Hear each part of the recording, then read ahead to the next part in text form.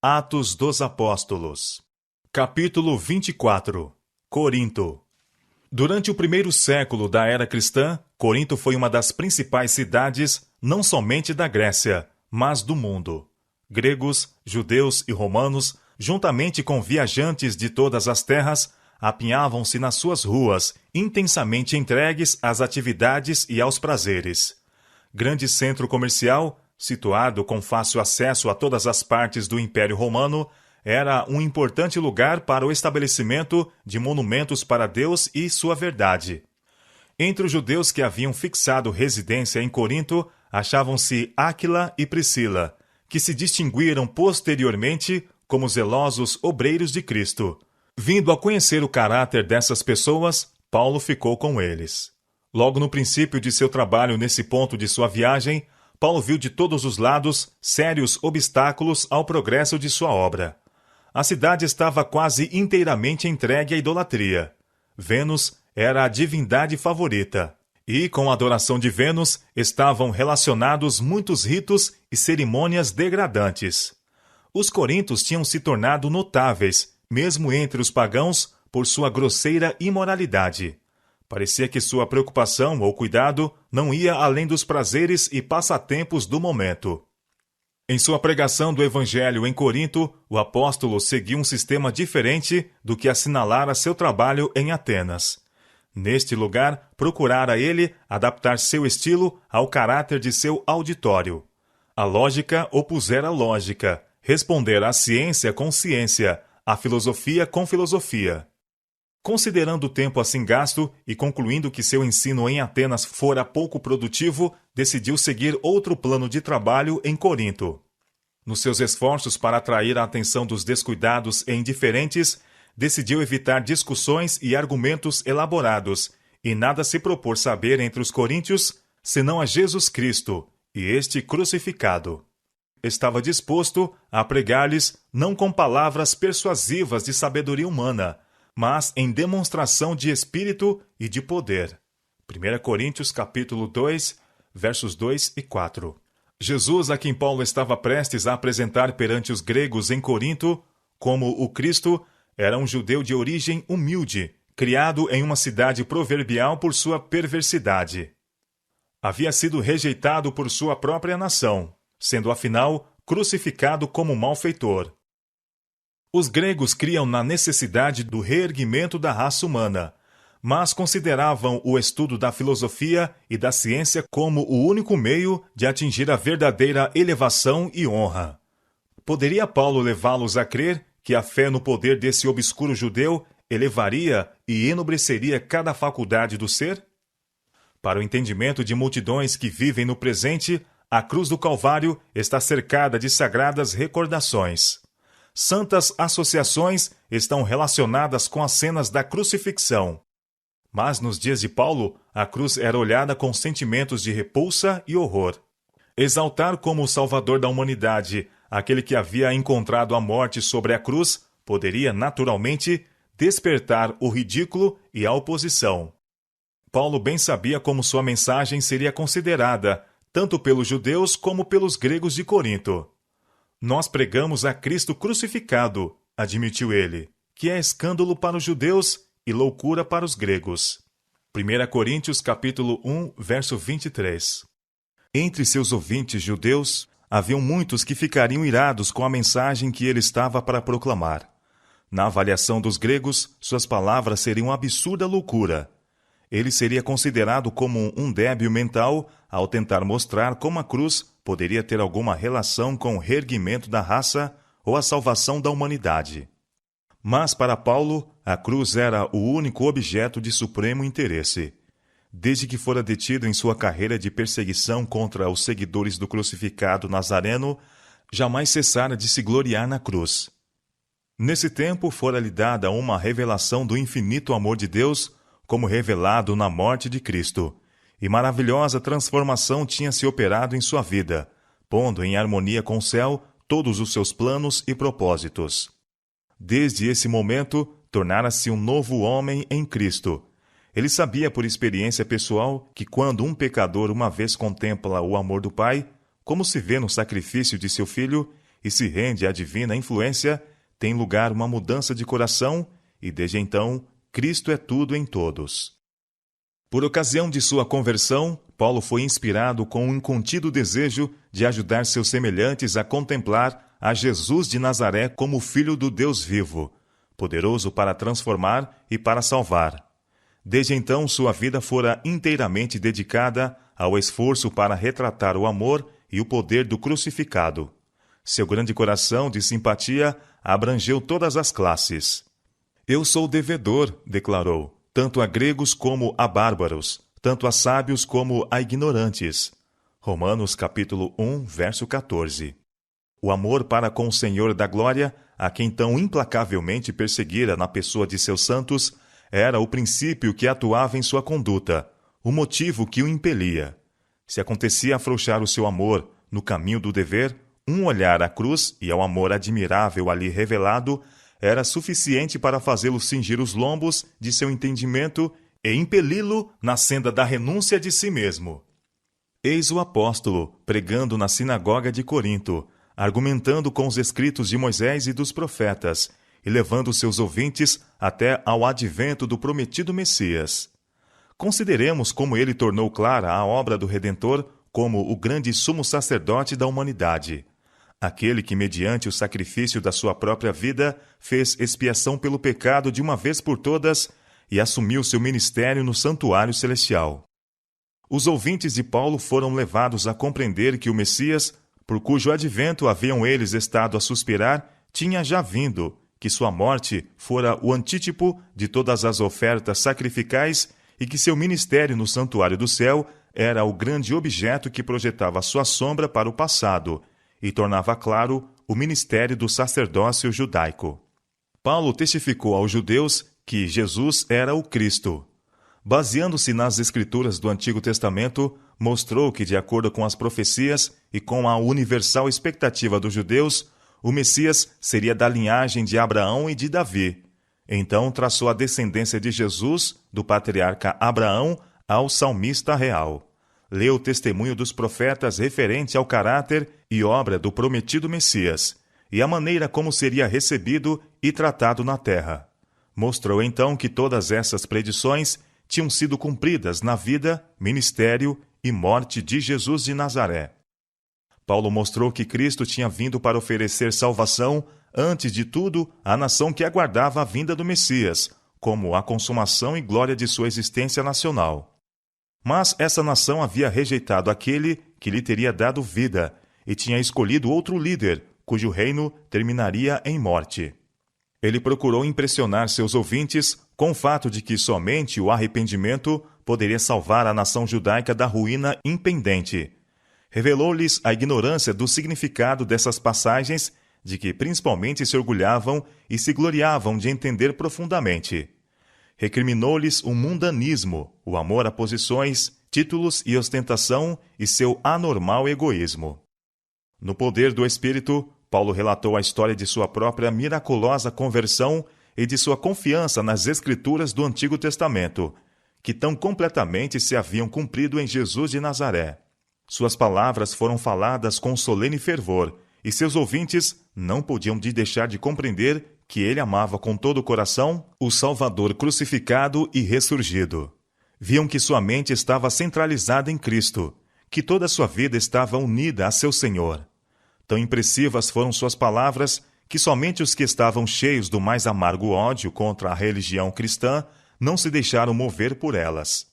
Mas os judeus de Corinto fecharam os olhos às provas tão claras apresentadas pelo apóstolo e recusaram atender seus apelos. O mesmo espírito que os havia levado a rejeitar a Cristo encheu-os de ira e fúria contra seu servo. Não o houvesse Deus especialmente protegido para que ele pudesse continuar levando a mensagem do Evangelho aos gentios, e teriam posto fim à sua vida.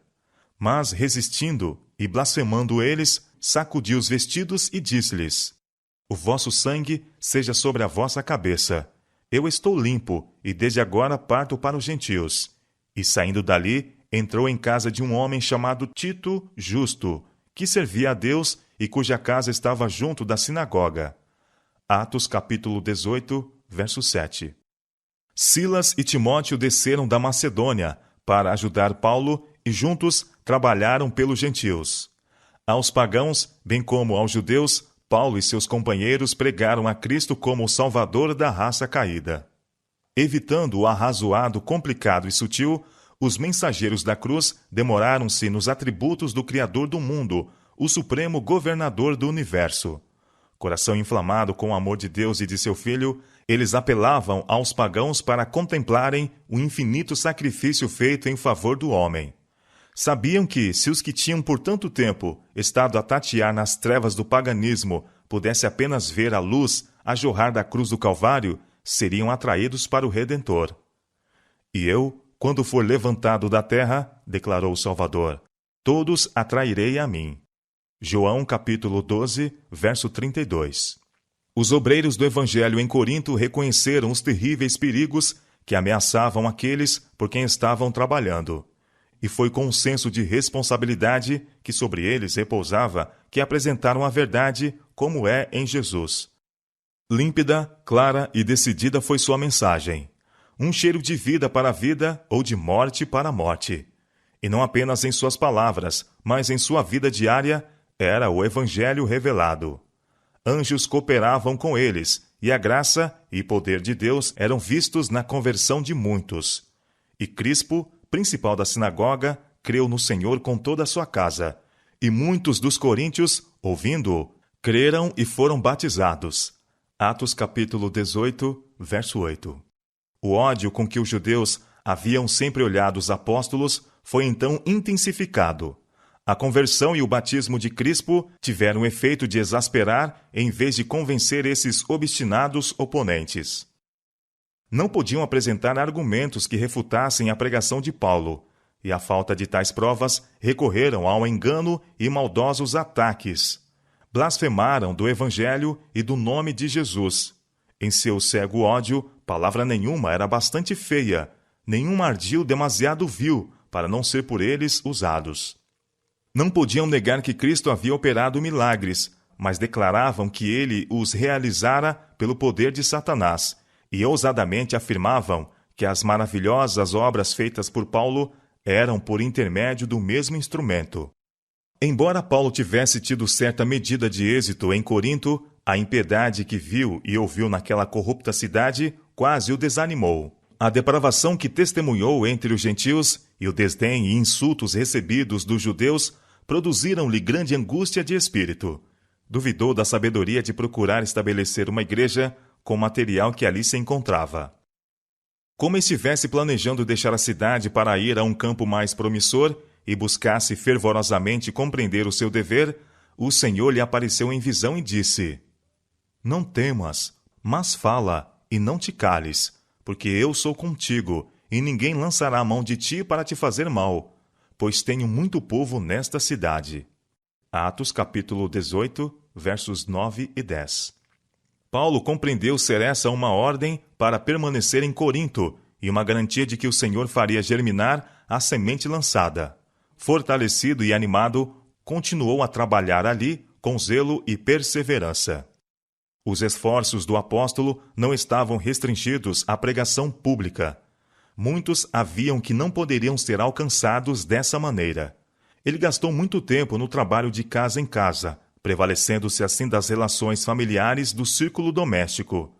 Visitava os enfermos e tristes, confortava os aflitos, animava os oprimidos. Em tudo o que dizia e fazia, engrandecia o nome de Jesus.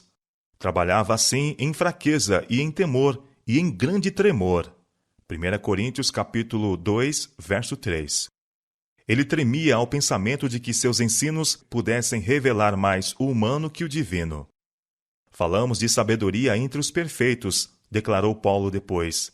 Não porém a sabedoria deste mundo, nem dos príncipes deste mundo, que se aniquilam, mas falamos a sabedoria de Deus, oculta em mistério, a qual Deus ordenou antes dos séculos para nossa glória, o qual nenhum dos príncipes deste mundo conheceu, porque, se a conhecessem, nunca crucificariam ao Senhor da glória.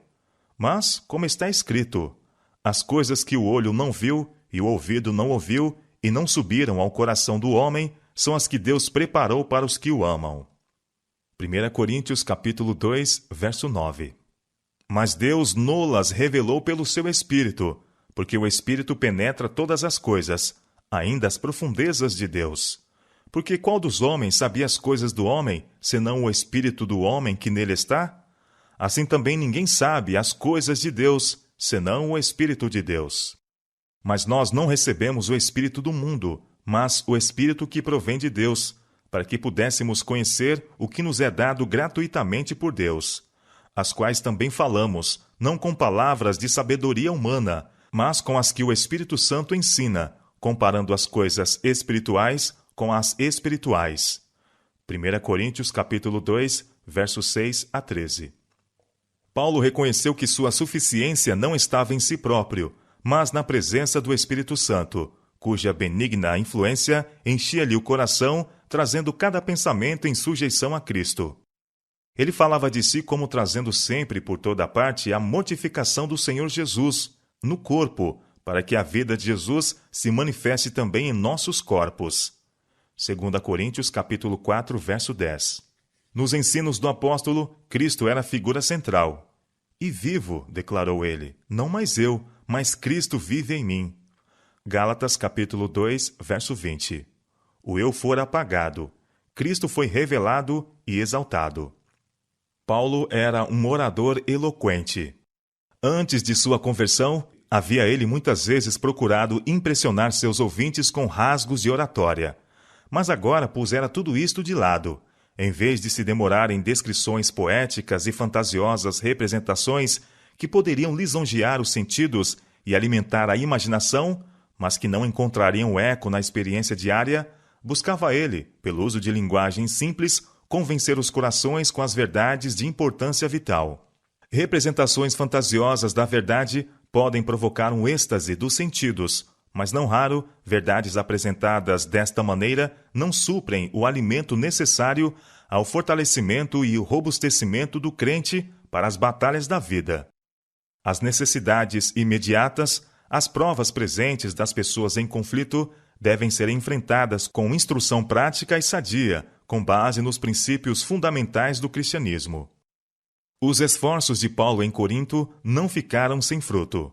Muitos abandonaram a adoração dos ídolos para servirem ao Deus vivo, e uma grande igreja se alistou sob a bandeira de Cristo. Alguns foram salvos dentre os mais devassos gentios e tornaram-se monumentos da misericórdia de Deus e da eficácia do sangue de Cristo para limpar do pecado. O crescente sucesso que teve Paulo em apresentar a Cristo despertou a mais determinada oposição da parte dos judeus incrédulos. Levantaram-se concordemente contra Paulo e o levaram ao tribunal de Gálio, então procônsul da Acaia. Esperavam que as autoridades, como em ocasiões anteriores, se poriam ao lado deles e, vociferando irados, apresentaram sua acusação contra o apóstolo. Este persuade os homens a servir a Deus contra a lei. Atos capítulo 18, versos 12 e 13. A religião judaica estava sob a proteção do poder romano, e os acusadores de Paulo pensavam que, se pudessem aplicar-lhe a pecha de violador das leis de sua religião, provavelmente ele lhes seria entregue para julgamento e sentença. Assim esperavam conseguir a sua morte. Mas Gálio era um homem de integridade e recusou tornar-se instrumento da inveja e da intriga dos judeus. Aborrecido com sua hipocrisia e justiça própria, não tomou conhecimento da acusação. Como Paulo se preparasse para falar em defesa própria, Gálio lhe disse não ser necessário. Então, voltando-se para os irados acusadores, disse: Se houvesse, ó judeus, algum agravo ou crime enorme, com razão vos sofreria.